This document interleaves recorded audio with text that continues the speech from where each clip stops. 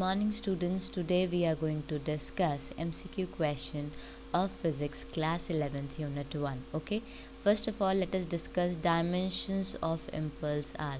देखिए impulse का आपका dimension का formula क्या होता है. Simple impulse का आपके पास formula क्या होता है, that is force into time. Okay, तो अगर आपको फोर्स का डायमेंशन फार्मूला और टाइम का डायमेंशन फार्मूला आता है तो आप इम्पल्स का निकाल सकते हैं. फोर्स क्या होता है आपका mass into acceleration, that is m1 l1 t - 2, और टाइम आपके पास होता है t.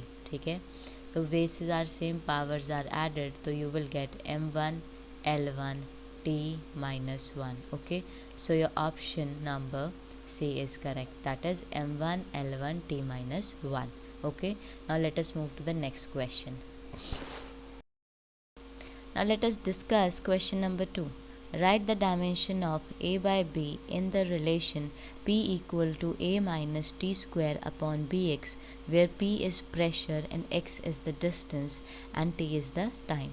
अब देखिए आपको क्या गिवन है, आपको निकालना क्या है, आपको डायमेंशन फॉर्मूला निकालना है A डिवाइडेड बाय B. यानी आपको इस रिलेशन की हेल्प से ए और बी की जो डायमेंशन हो वो निकालनी है, और उन डायमेंशन को आपने डिवाइड करने के बाद जो आपके पास आंसर आता है वो डायमेंशन आपने बतानी है कि इन ऑप्शन में से कौन सी है. Okay, now let us start. देखिए आपको रिलेशन क्या गिवन है, P is equal to A minus T square upon B X. देखिए हमेशा याद रखिए प्रिंसिपल ऑफ होमोजेनिटी क्या होती है, क्या कहती है कि जो आपकी ओनली लाइक टर्म है उन्हीं को ऐड किया जा सकता है और उन्हीं को हम सब्ट्रैक्ट कर सकते हैं. ठीक है, तो ये आपकी प्रिंसिपल ऑफ होमोजेनिटी कहती है कि only like terms can be added और सब्ट्रैक्टेड. अब देखिए यहाँ पर अगर हम बात करें तो ए जो हो रहा है वो आपका किस में से सब्ट्रैक्ट हो रहा है, टी स्क्वायर में से. तो इसका मतलब है ऑब्वियस सी बात है इन दोनों का डायमेंशन जो होगा वो आपका सेम होगा. इसका मतलब है जो टी स्क्वायर है उसको हम सब्ट्रैक्ट कर रहे हैं ए में से, तो इसका मतलब है जो डायमेंशन होगा आपका ए और टी का, टी स्क्वायर का, वो सेम होगा. तो इसका मतलब है हम यहाँ से ऊपर से न्यूमरेटर से ये लिख सकते हैं कि आपका ए किसके इक्वल होगा, A is equal to T square.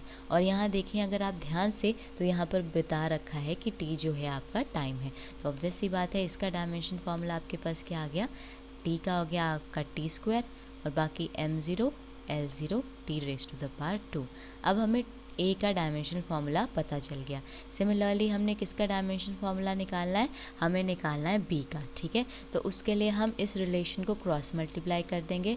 तो यही रिलेशन अगर आप क्रॉस मल्टीप्लाई कर देते हैं तो ये आ जाएगा बी आपका इस तरफ और पी आपका डिनोमिनेटर में चला जाएगा, A minus T square upon P x.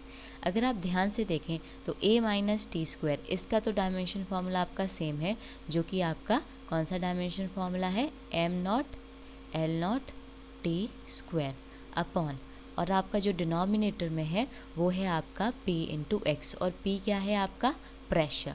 देखिए प्रेशर का डायमेंशन फार्मूला आपके पास क्या होता है, प्रेशर होता है आपके पास फोर्स पर यूनिट एरिया. ठीक है, और फोर्स का डायमेंशन फार्मूला होता है आपके पास m1 l1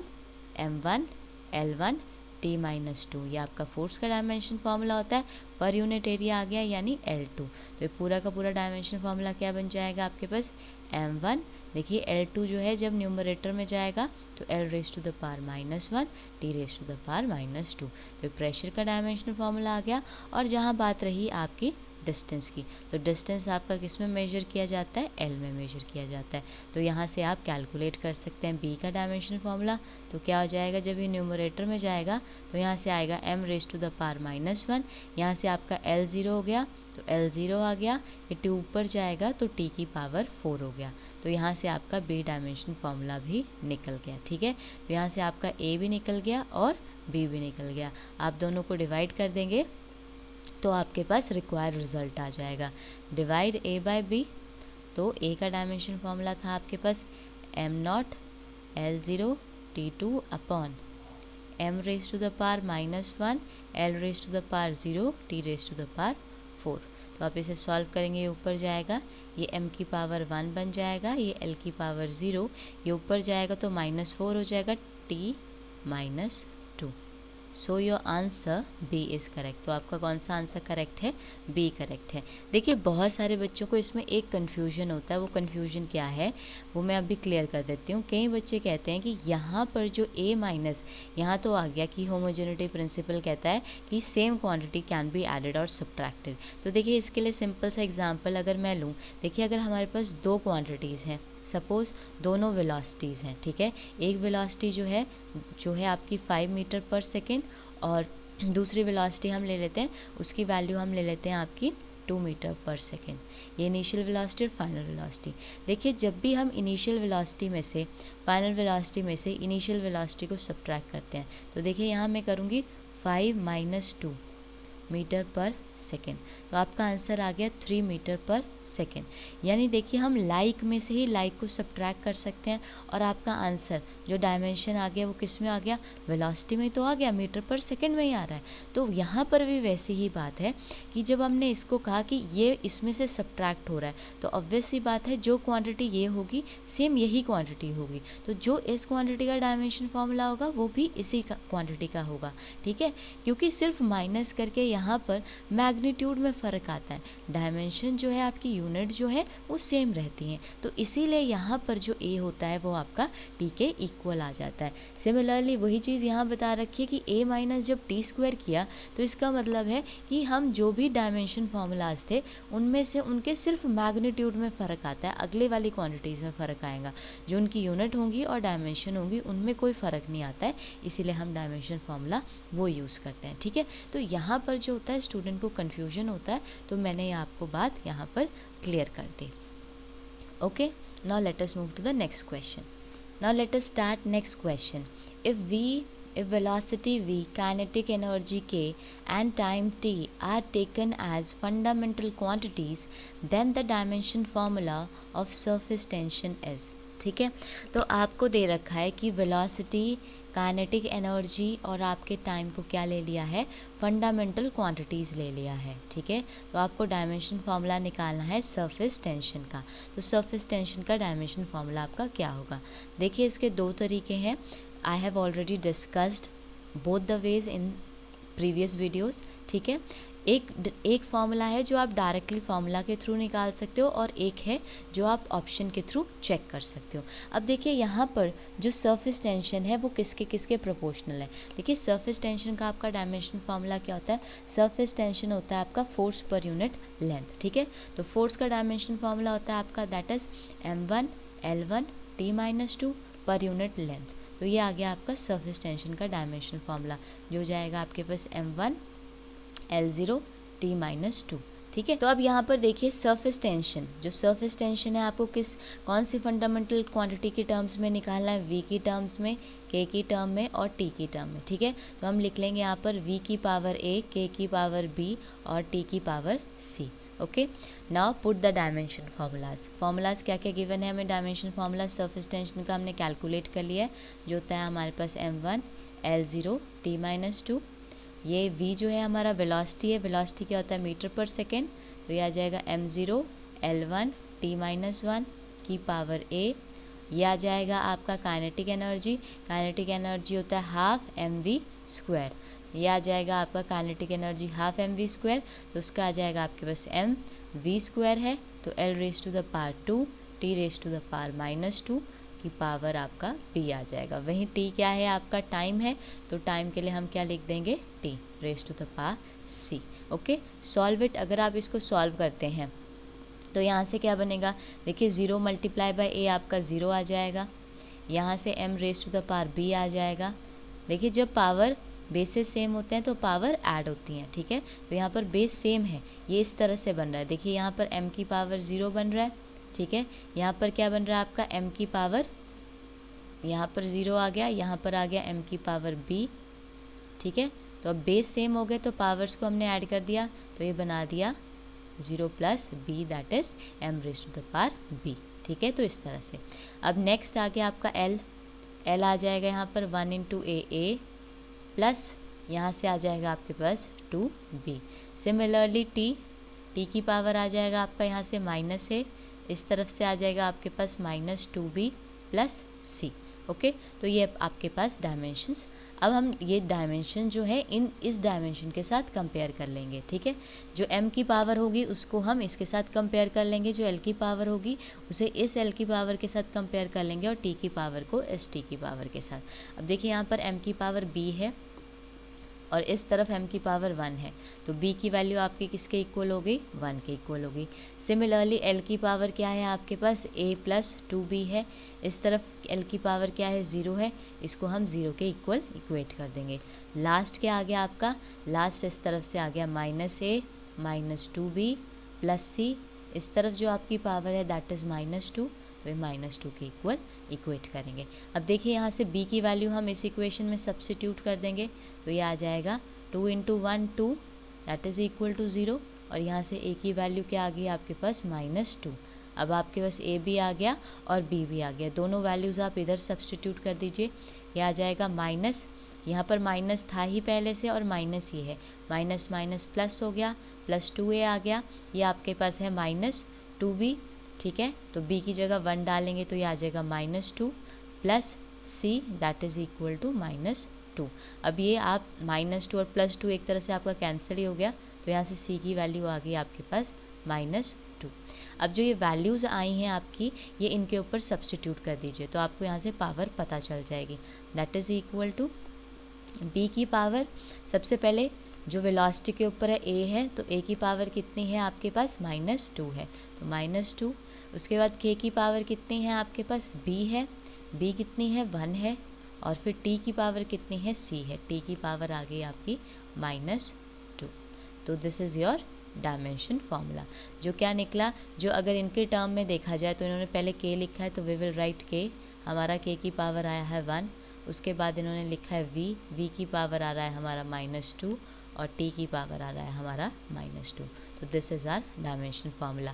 तो आप चेक कर लीजिए कौन सा ऑप्शन हमारा करेक्ट है, k1 b raised to the power -2 t raised to the power -2. So our option B is correct. Okay, so in this way you will do these type of question.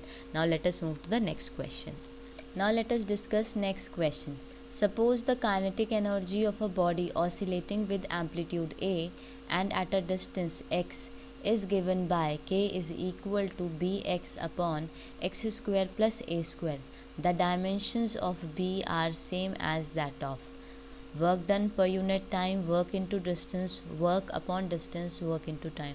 देखिए आपको क्या given है, आपको given है kinetic energy of a body जो कि oscillate कर रहा है एम्पलीट्यूड ए के साथ एट अ डिस्टेंस एक्स। जो उसकी काइनेटिक एनर्जी है वो इस एक्सप्रेशन से गिवन है। आपको यहाँ से बी का जो डायमेंशन फार्मूला निकालना है, आपको ये बताना है कि जो बी का डायमेंशन फार्मूला होगा वो सेम होगा किसके इक्वल होगा, कौन से ऑप्शन के इक्वल होगा, ठीक है। तो यहाँ पर जो एक्सप्रेशन आपको गिवन है that is k is equal to B X upon X square plus A square. अब देखिए वी हैव ऑलरेडी डिस्कस कि according to principle of homogeneity जो आपकी लाइक क्वांटिटी हैं उन्हीं को आपस में ऐड और सब्ट्रैक्ट किया जा सकता है। तो इसका मतलब यही हुआ कि जो एक्स स्क्वायर का डायमेंशन है सेम वही डायमेंशन आपका ए स्क्वायर का भी है। तो इसका मतलब है इन दोनों डायमेंशन फार्मूला सेम है, तो हम इन दोनों में से किसी को भी लिख सकते हैं क्योंकि हमें तो डायमेंशन फार्मूला से के हिसाब से ही निकालना है क्वेश्चन, ठीक है। तो इसीलिए हम x square plus A square की जगह सिंपल क्या सब्स्टिट्यूट कर देते हैं, एक्स स्क्वायर। तो आपका ये इक्वेशन क्या बन जाएगा, k is equal to B X upon X square. देखिए किस लिए किया, ये इसीलिए किया क्योंकि देखिए इसका डायमेंशन फार्मूला भी सेम है और दोनों का सेम ही है, ठीक है। तो अगर आप क्वांटिटीज़ को ऐड करते हैं तो उनके मैग्नीट्यूड में ही फ़र्क आता है, उनके डायमेंशन फार्मूला में कोई फ़र्क नहीं आता है। तो इसीलिए हमने उसको सिर्फ एक्स स्क्वायर से ही रिप्रेजेंट कर दिया, ठीक है। अब यहाँ से अगर हम देखिए ये ऊपर जो है वो आपका x है, नीचे एक्स स्क्वायर है, तो एक x से एक x कैंसिल हो जाएगा, तो यहाँ से आपकी k की वैल्यू क्या आ गई, b/x आ गई। तो हमें तो डायमेंशन फार्मूला किसका निकालना है, b का निकालना है, तो आप इन दोनों को क्रॉस मल्टीप्लाई कर देंगे तो यहाँ से b की वैल्यू आपके पास क्या आ जाएगी, k × x। अगर आप ध्यान से देखें क्वेश्चन में तो k जो है वो काइनेटिक एनर्जी है आपकी, तो k क्या हो गया आपका, काइनेटिक एनर्जी, और जो x है आपका वो क्या है, आपके पास डिस्टेंस है। तो यानी जो आपका फॉर्मूला बनता है b का वो सेम किसके बनता है, kinetic energy into distance.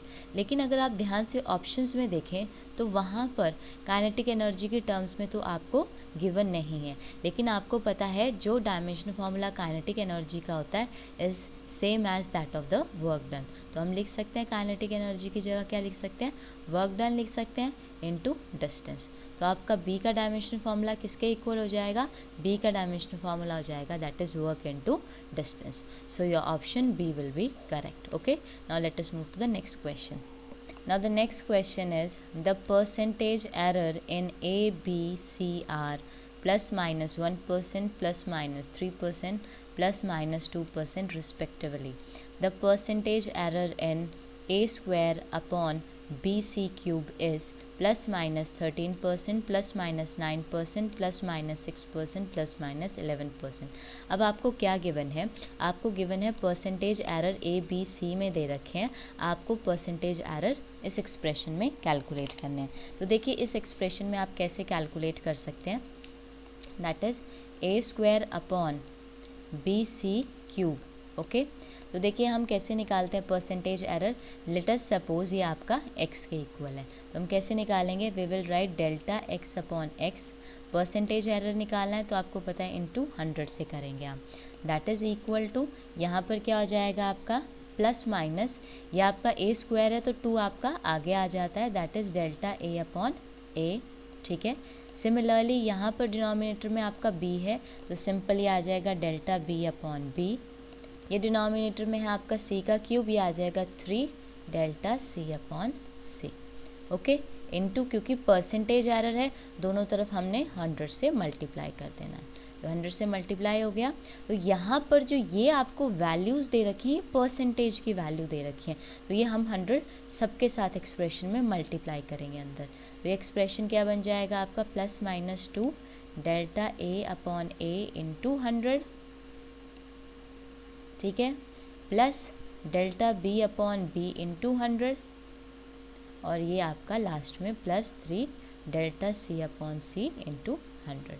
Okay, तो अब ये जो परसेंटेज आपको गिवन है a और b और c में, ये आपको ये दे रखा है, दिस इज परसेंटेज गिवन।